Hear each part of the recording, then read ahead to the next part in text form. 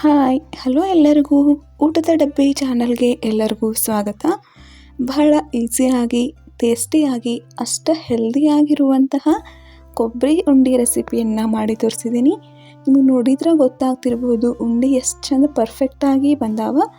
ಹಂಗೆ ಎಷ್ಟು ಚಂದ ಗಟ್ಟಿ ಆಗ್ಲಾರ್ದ ಭಾಳ ಪಳ್ಳನೂ ಆಗ್ಲಾರ್ದ ಈ ಥರ ಪರ್ಫೆಕ್ಟಾಗಿರುವಂಥ ಉಂಡೆಯನ್ನು ಈಸಿಯಾಗಿ ಮಾಡ್ಕೋಬಹುದು.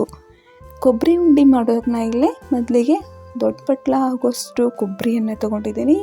ಅದೇ ಥರ ಉತ್ತತ್ತಿ ಅಥವಾ ಕಾರಿಕನ ಇದು ನಡುವಿರುವಂಥ ಬೀಜವನ್ನು ಈ ಥರ ಒಡ್ಕೊಂಡು ತಕ್ಕೊಂಡಿದ್ದೀನಿ.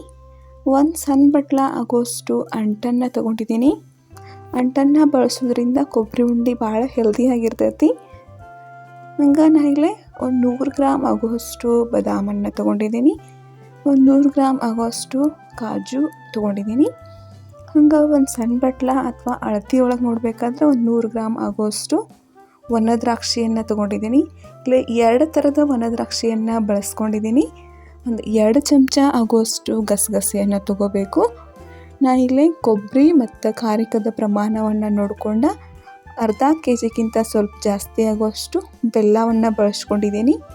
ಹಂಗೆ ಒಂದು ಸ್ವಲ್ಪ ಮೆಣಸುಕಾಳು, ಜಾಜಿಕಾಯಿ, ಒಂದು ಸ್ವಲ್ಪ ಏಲಕ್ಕಿ, ಲವಂಗ ಮತ್ತು ಸೋಂಪು ಕಾಳನ್ನು ಬಳಸ್ಕೊಂಡಿದ್ದೀನಿ.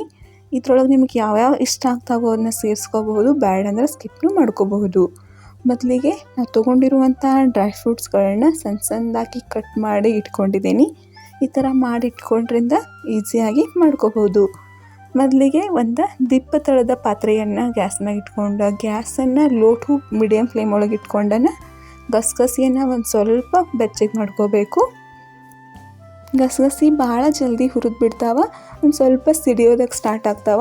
ಹಂಗಾದ್ರೆ ಹುರಿದಿದ್ದು ಗೊತ್ತಾಗ್ತೈತಿ. ಹುರಿದ ಗಸಗಸಿಯನ್ನು ತೆಗೆದಿಟ್ಕೊಂಡು ಅದೇ ಪಾತ್ರೆಗೆ ನಾ ಇಲ್ಲಿ ತೊಗೊಂಡಿರುವಂಥ ಸೋಂಪು ಕಾಳನ್ನು ಕೂಡ ಒಂದು ಸ್ವಲ್ಪ ಹುರ್ಕೊಳಕತ್ತಿದ್ದೀನಿ.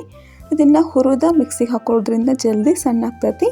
ಹಂಗೆ ಕಾಳು ಉಳಿಯಂಗಿಲ್ಲ, ಚೆನ್ನಾಗೆ ಪೌಡ್ರ್ ಆಗ್ತೈತಿ. ಅದಕ್ಕೆ ಸೋಂಪು ಕಾಳನ್ನು ಒಂದು ಸ್ವಲ್ಪ ಹುರಿದು ತೊಗೋಬೇಕು. ಮೊದಲಿಗೆ ನಾನು ಇಲ್ಲೊಂದು ದೊಡ್ಡ ಬಟ್ಲ ಆಗೋಷ್ಟು ತುಪ್ಪವನ್ನು ಸೇರಿಸ್ಕೊಂಡಿದ್ದೀನಿ. ತುಪ್ಪ ಬಿಸಿ ಆಗೈತಿ ಇಲ್ಲ ನೋಡ್ಕೊಳ್ಳೋದಕ್ಕೆ ಒಂದು ಸ್ವಲ್ಪ ಅಂಟನ್ನು ಹಾಕ್ಕೊಂಡಿದ್ದೀನಿ.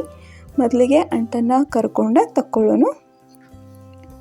ಅಂಟ ತುಪ್ಪಕ್ಕೆ ಹಾಕಿದ ಕೂಡಲೇ ಈ ಥರ ಸಂಡಿಗೆ ಹೆಂಗೆ ಉಬ್ಕೊಂಬರ್ತಾವಲ್ಲ ಆ ಥರ ಚೆಂದಂಗೆ ಉಬ್ಕೊಂಡು ಬಂದ್ರೆ ತುಪ್ಪ ಸರಿಯಾಗಿ ಕಾದೈತೆ ಅನ್ನೋದು ಗೊತ್ತಾಗ್ತೈತಿ.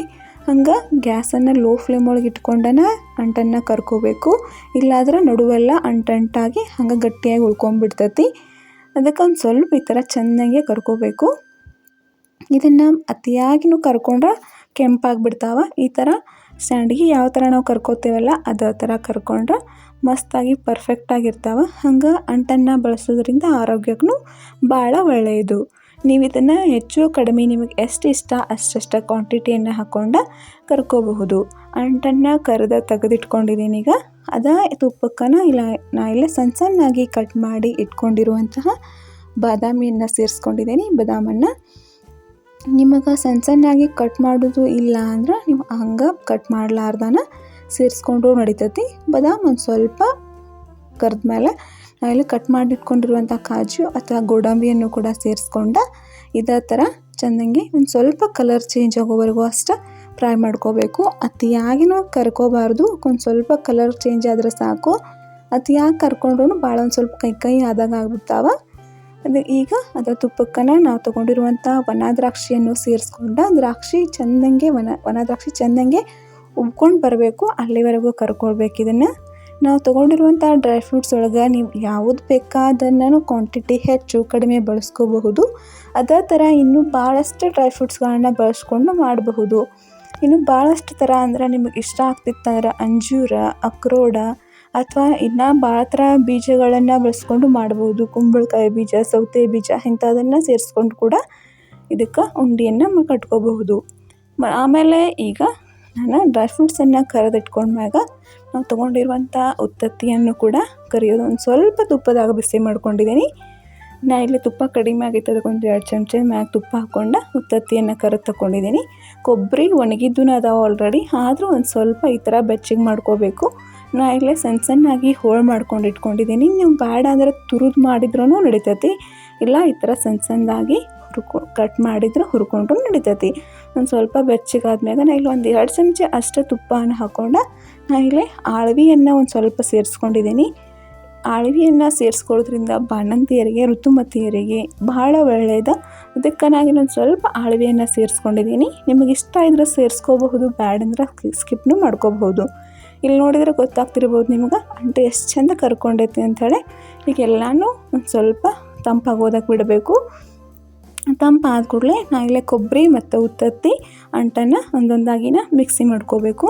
ಮೊದಲಿಗೆ ಅಂಟನ್ನು ತೊಗೊಂಡು ಒಂದು ಸ್ವಲ್ಪ ನಾ ಮಿಕ್ಸಿ ಜಾರಿಗೆ ಹಾಕ್ಕೊಂಡು ಅಂಟನ್ನು ಪುಡಿಯಾಗಿ ಮಾಡ್ಕೊಂಡಿದ್ದೀನಿ. ಅಂಟನ್ನು ತುಪ್ಪದಾಗ ಕರ್ಕೊಂಡ್ರಿಂದ ಒಣ ಪುಡಿ ಆಗೋದಿಲ್ಲ, ಒಂದು ಸ್ವಲ್ಪ ಪೇಸ್ಟ್ ಥರ ಆಗಿರ್ತೈತಿ. ಅದಕ್ಕೇನೂ ಆಗೋದಿಲ್ಲ. ಈ ಥರ ನೋಡಿದ್ರೆ ನಿಮ್ಗೆ ಗೊತ್ತಾಗ್ತಿರ್ಬೋದು ಅಂಟು ಯಾವ ಥರ ಸಣ್ಣ ಆಗೈತಂತ. ಈಗ ಇಷ್ಟ ಆದ್ರೆ ಇದನ್ನು ತಕ್ಕೊಂಡು ಬಿಡೋನು. ಇದು ಮಿಕ್ಸಿ ಜಾರಿಗೆ ನಾವು ಆಗಲೇ ಏನು ಹುರ್ಕೊಂಡು ಇಟ್ಕೊಂಡಿದ್ವಲ್ಲ ಉತ್ತತ್ತಿ ಅಥವಾ ಕಾರಿಕನ್ನು ಸೇರಿಸ್ಕೊಂಡು ಸಣ್ಣಂಗೆ ಪುಡಿ ಮಾಡ್ಕೊಳ್ಳೋನು. ನಾವು ತೊಗೊಂಡಿರುವಂಥ ಉತ್ತತ್ತಿ, ಕಾರಿಕ ಮತ್ತು ಅಂಟನ್ನು ಅಷ್ಟೇ ಪುಡಿ ಮಾಡ್ಕೊಳ್ಳೋದಿದ್ರೊಳಗ ನಿಮ್ಗೆ ಡ್ರೈ ಫ್ರೂಟ್ಸ್ ಪುಡಿ ಮಾಡಲಾರ್ದ ಹಂಗೆ ಏನು ಸಣ್ಣ ಕಟ್ ಮಾಡಿ ಇಟ್ಕೊಂಡಿದ್ದೇವಲ್ಲ ಅದೇ ಥರ ಸೇರಿಸ್ಕೊಂಡ್ರೆ ಸಾಕು. ಹಂಗೆ ಇದಕ್ಕೆ ಖರ್ಜೂರನ ಕೂಡ ಸೇರಿಸ್ಕೊಂಡು ಮಾಡಿದ್ರೆ ಭಾಳ ಚೆನ್ನಾಗಿ ಟೇಸ್ಟ್ ಬರ್ತೈತಿ. ಖರ್ಜೂರ ಬೇಡ ಅನ್ನೋರು ಈ ಥರ ಬೆಲ್ಲದ ಪಾಕ ಹಾಕ್ಕೊಂಡು ಮಾಡಿದ್ರೂ ನಡಿತೈತಿ. ಈಗ ಉತ್ತತ್ತಿ ಮತ್ತು ಕೊಬ್ಬರಿ ಸಣ್ಣ ಆಗೈತಿ. ನಿಮಗೆ ನೋಡಿದ್ರೆ ಗೊತ್ತಾಗ್ತಿರ್ಬೋದು ಎಷ್ಟು ಚಂದ ಸಣ್ಣ ಆಗೈತಿದು. ಅತಿಯಾಗಿ ಪುಡಿ ಮಾಡಿದ್ರು ಒಂದು ಸ್ವಲ್ಪ ಈ ಥರ ಕಾಳು ಉಳಿದ್ರು ಉಂಡಿಯೊಳಗೆ ಭಾರಿ ಟೇಸ್ಟ್ ಇರ್ತೈತಿ.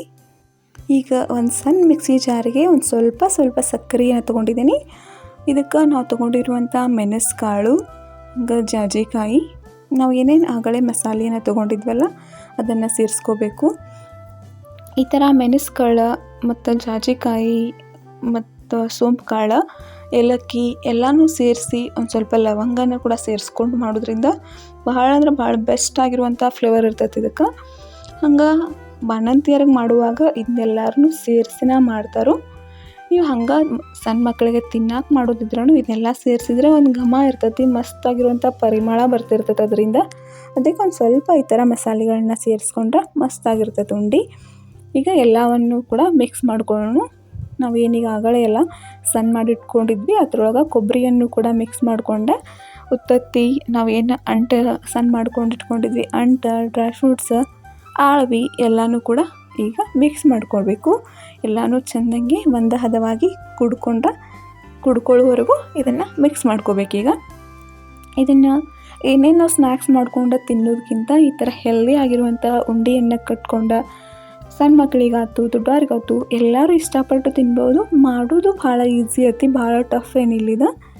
ಈಗ ನಾನು ಹುರಿದಿಟ್ಕೊಂಡಿರುವಂಥ ಗಸಗಸೆಯನ್ನು ಸೇರಿಸ್ಕೊಳಕತ್ತಿದ್ದೀನಿ. ಹಂಗೆ ನಾವು ತೊಗೊಂಡಿರುವಂಥ ಯಾವುದೇ ಕ್ವಾಂಟಿಟಿಯನ್ನು ನೀವು ಹೆಚ್ಚು ಕಡಿಮೆ ಮಾಡ್ಕೋಬಹುದು. ನಾ ಇಲ್ಲೇ ಕೊಬ್ಬರಿ ಪ್ರಮಾಣ ಜಾಸ್ತಿ ಇಟ್ಟ, ಬಾಕಿ ಎಲ್ಲ ಸಾಮಾನನ್ನು ಒಂದು ಸ್ವಲ್ಪ ಕಡಿಮೆ ಅದಾವ. ನೀವು ಎಲ್ಲನೂ ಸಮವಾಗಿನೂ ಅಷ್ಟ ಕೊಬ್ಬರಿ ಅಷ್ಟ ಉತ್ತತ್ತಿ ತೊಗೊಂಡು ಮಾಡ್ಕೋಬಹುದು. ಅಥವಾ ಅರ್ಧ ಕೊಬ್ಬರಿ ನಾ ಈಗ ತೊಗೊಂಡಿರೋ ಹಂಗೆ ಜಾಸ್ತಿ ಕೊಬ್ಬರಿ ಅರ್ಧ ಉತ್ತತ್ತಿ ತೊಗೊಂಡು ಮಾಡ್ಕೋಬಹುದು. ಈಗ ನೋಡಿದ್ರೆ ಗೊತ್ತಾಗ್ತಿರ್ಬೋದು ನಿಮ್ಗೆ. ನಾವು ಆಗಲೇ ಏನು ಸಕ್ಕರೆ ಒಳಗೆ ಒಂದು ಸ್ವಲ್ಪ ಮಸಾಲೆ ಮಾಡ್ಕೊಂಡು ಇಟ್ಕೊಂಡಿದ್ವಲ್ಲ ಅದನ್ನು ಕೂಡ ಇದೇ ಥರ ಕಲಿಸ್ಕೋಬೇಕು. ನಾನು ಇಲ್ಲೊಂದು ಸ್ವಲ್ಪ ಸಕ್ಕರೆಯನ್ನು ಬಳಸಿದ್ದೀನಿ, ಯಾಕಂದರೆ ಮಿಕ್ಸಿ ಒಳಗೆ ಎಲ್ಲನೂ ಚೆಂದಂಗೆ ಪೌಡ್ರ್ ಆಗಲಿ ಅಂತ. ನಿಮ್ಗೆ ಸಕ್ಕರೆ ಇಷ್ಟಪಡಲಿಲ್ಲ ಅಂದ್ರೆ ನೀವು ತೊಗೊಂಡಿರುವಂಥ ಮಸಾಲೆ ಅಷ್ಟನ್ನು ಪೌಡ್ರ್ ಮಾಡಿಕೊಂಡು ಸೇರಿಸ್ಕೊಂಡ್ರು ನಡಿತೈತಿ. ಹಂಗೆ ಪಾಕ ಇರಲಾರ್ದನೂ ಬೆಲ್ಲ ಇದಕ್ಕನ್ನು ಕುಡಿಸ್ಕೊಂಡು ಉಂಡೆ ಕಟ್ಕೊಂಡ್ರು ನಡಿತೈತಿ. ನಾ ಇಲ್ಲೇ ಪಾಕ ಮಾಡ್ಕೊಂಡು ಉಂಡೆಯನ್ನು ಮಾಡ್ಕೊಂಡಿದ್ದೀನಿ. ಈಗ ಅಷ್ಟು ಸೇರಿ ಉತ್ತತ್ತಿ, ಕಾರಿಕ, ಮಸಾಲೆ ಏನು ಹಾಕ್ಕೊಂಡಿದ್ವಲ್ಲ ಡ್ರೈ ಫ್ರೂಟ್ಸ ಅದಷ್ಟು ಸೇರಿ 1 kg ಆಗುವಷ್ಟೈತಿ. ಅಂದಾಜಾಗಿ 1 kgಗೆ ನಾವು 1 kgಗಿಂತ ಒಂದು ಸ್ವಲ್ಪ ಕಡಿಮೆ, ಅರ್ಧ kgಗಿಂತ ಸ್ವಲ್ಪ ಜಾಸ್ತಿ ಆಗುವಷ್ಟು ಬೆಲ್ಲವನ್ನು ತೊಗೊಂಡು ಇಲ್ಲಿ ಒಂದು ಸ್ವಲ್ಪ ಬೆಲ್ಲ ಮುಳುಗುವಷ್ಟು ನೀರನ್ನು ಸೇರಿಸ್ಕೊಂಡಿದ್ದೀನಿ. ಸಮ ಪ್ರಮಾಣದೊಳಗೆ 1 kgಗೆ 1 kg ಆಗೋಷ್ಟನ್ನು ಬೆಲ್ಲ ಹಾಕೊಂಡ್ರೆ ಅತಿಯಾಗಿ ಸ್ವೀಟ್ ಆಗಿಬಿಡ್ತೈತಿ. ಅಷ್ಟೊಂದು ಸಿಹಿ ಸೇರ್ತಿತ್ತಂದ್ರೆ ನೀವು ಸೇರಿಸ್ಕೋಬಹುದು. ಇಲ್ಲ ಬೇಡ ಒಂದು ಸ್ವಲ್ಪ ಕಡಿಮೆನೇ ಇರಲಿ ಅಂದ್ರೆ ಈ ಥರ ಒಂದು ಸ್ವಲ್ಪ ಕಡಿಮೆನ ಬೆಲ್ಲವನ್ನು ಸೇರಿಸ್ಕೋಬಹುದು.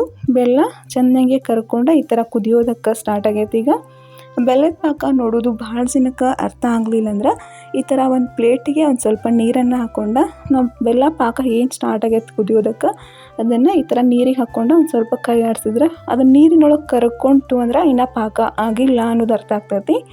ಹಂಗೆ ಇಲ್ಲೇ ಒಂದು ಸ್ವಲ್ಪ ನಾವು ಏನು ಪಾಕ ಮಾಡ್ಕೊಳ್ತಿರ್ತೀವಿ ಆವಾಗನೇ ಈ ಥರ ಒಂದು ಸ್ವಲ್ಪ ಮೇಲಿಂದ ಬಿಟ್ಕೊಂಡ್ರೆ ಒಂದು ಸ್ವಲ್ಪ ಎಳೆ ಹಿಡ್ಕೊಳ್ತು ಅಂದ್ರೆ ಪಾಕ ಆಗಿದ್ದ ಗೊತ್ತಾಗ್ತೈತಿ. ನೀವು ನೋಡಿದ್ರೆ ಗೊತ್ತಾಗ್ತಿರ್ಬೋದು ನಿಮ್ಗೆ, ನೀರಿನೊಳಗೆ ಯಾವುದೇ ಥರ ಬೆಲ್ಲ ಕರಗೋತಿಲ್ಲ, ಎಷ್ಟು ಚಂದ ಅಂಟಾಗಿ ಬಂದದ್ರೆ ನಿಮ್ಗೆ ಗೊತ್ತಾಗ್ತಿರ್ಬೋದು. ಇಷ್ಟ ಆದ್ರೆ ಬೆಲ್ಲದ ಪಾಕ ರೆಡಿ ಆಯಿತು. ಈಗ ಇದನ್ನು ನಾವು ಆಗಲೇ ಏನು ಕೊಬ್ಬರಿ ಎಲ್ಲ ಕಲಸಿಟ್ಕೊಂಡಿದ್ವಲ್ಲ ಅದಕ್ಕೆ ಸೇರಿಸ್ಕೋಬೇಕು. ಸೇರಿಸ್ಕೊಂಡು ಚೆನ್ನಾಗಿ ಎಲ್ಲನೂ ಕೂಡ ಮಿಕ್ಸ್ ಮಾಡ್ಕೋಬೇಕು. ಬಿಸಿ ಎತ್ತಿ ಅದಕ್ಕೆ ಒಂದು ಚಮಚದ ಸಹಾಯದಿಂದ ಪಟ ಅಂತೇಳಿ ಮಿಕ್ಸ್ ಮಾಡ್ಕೋಬೇಕು. ಇದನ್ನು ತಡ ಮಾಡಿದರೆ ಬೆಲ್ಲದ ಪಾಕದ ಜೊತೆ ಕೂಡ್ಕೊಂಡ ಕೊಬ್ಬರಿ ಎಲ್ಲ ಒಣ ಆಗಿಬಿಡ್ತೈತಿ. ಈ ಪ್ರೊಸೆಸನ್ನು ಒಂದು ಸ್ವಲ್ಪ ಜಲ್ದಿಯಾಗಿನೇ ಮಾಡ್ಕೋಬೇಕು. ಚೆಂದಂಗೆ ಎಲ್ಲನೂ ಕಲಿಸ್ಕೊಂಡ ಕೊಬ್ಬರಿಯನ್ನು ಒಂದು ಸ್ವಲ್ಪ ಒತ್ತಿದಂಗೆ ಮಾಡಿಡಬೇಕು. ಹಿಂಗೆ ಒಣ ಉದುರಾಗಿಟ್ಬಿಟ್ಟು ಅಂದ್ರೆ ಎಲ್ಲ ಉದುರಾಗಿಬಿಡ್ತೈತಿ. ನಿಮ್ಗೆ ನೋಡಿದ್ರೆ ಕೆಳಗೆ ಗೊತ್ತಾಗ್ತಿರ್ಬೋದು, ಕೈಯಿಂದ ಒಂದು ಸ್ವಲ್ಪ ಒತ್ತಿಟ್ಟಿದ್ದೀನಿ. ಈ ಥರ ನೀವು ಯಾವ್ಯಾವ ಸೈಜ್ ಉಂಡೆ ಬೇಕು ನೋಡ್ಕೊಂಡು ಒಂದು ಸ್ವಲ್ಪ ಈ ಥರ ಪ್ರೆಸ್ ಮಾಡ್ಕೊತ ಉಂಡೆಯನ್ನು ಕಟ್ಕೊಂಡ್ರೆ ಪರ್ಫೆಕ್ಟ್ ಆಗಿರುವಂತಹ ಕೊಬ್ಬರಿ ಉಂಡೆ, ಟೇಸ್ಟಿ ಆಗಿರುವಂತಹ ಕೊಬ್ಬರಿ ಉಂಡೆ ರೆಡಿ ಆಯಿತು. ಈ ರೆಸಿಪಿ ಎಲ್ಲರಿಗೂ ಇಷ್ಟ ಆಗ್ತೈತಿ. ಮಕ್ಕಳಿಗೆ, ದೊಡ್ಡವ್ರಿಗೆ, ಆಮೇಲೆ ಬಾಣಂತಿಯರಿಗೆ ಎಲ್ಲರಿಗೂ ಹೆಲ್ದಿನೂ ಇರ್ತೈತಿ. ಹಾಗಾಗಿ ಈ ರೆಸಿಪಿ ನಿಮಗೆ ಇಷ್ಟ ಆಗಿತ್ತಂದ್ರೆ ನಮ್ಮ ಚಾನಲ್ಗೆ ಲೈಕ್ ಮಾಡಿರಿ, ಶೇರ್ ಮಾಡ್ಕೊಂಡು ನಮ್ಮ ಚಾನಲ್ಗೆ ಸಬ್ಸ್ಕ್ರೈಬ್ ಮಾಡ್ಕೊಂಡು ಸಪೋರ್ಟ್ ಮಾಡಿರಿ. ಈ ವಿಡಿಯೋವನ್ನು ಕೊನೆವರೆಗೂ ನೋಡಿದ್ದಕ್ಕೆ ಎಲ್ಲರಿಗೂ ಥ್ಯಾಂಕ್ ಯು.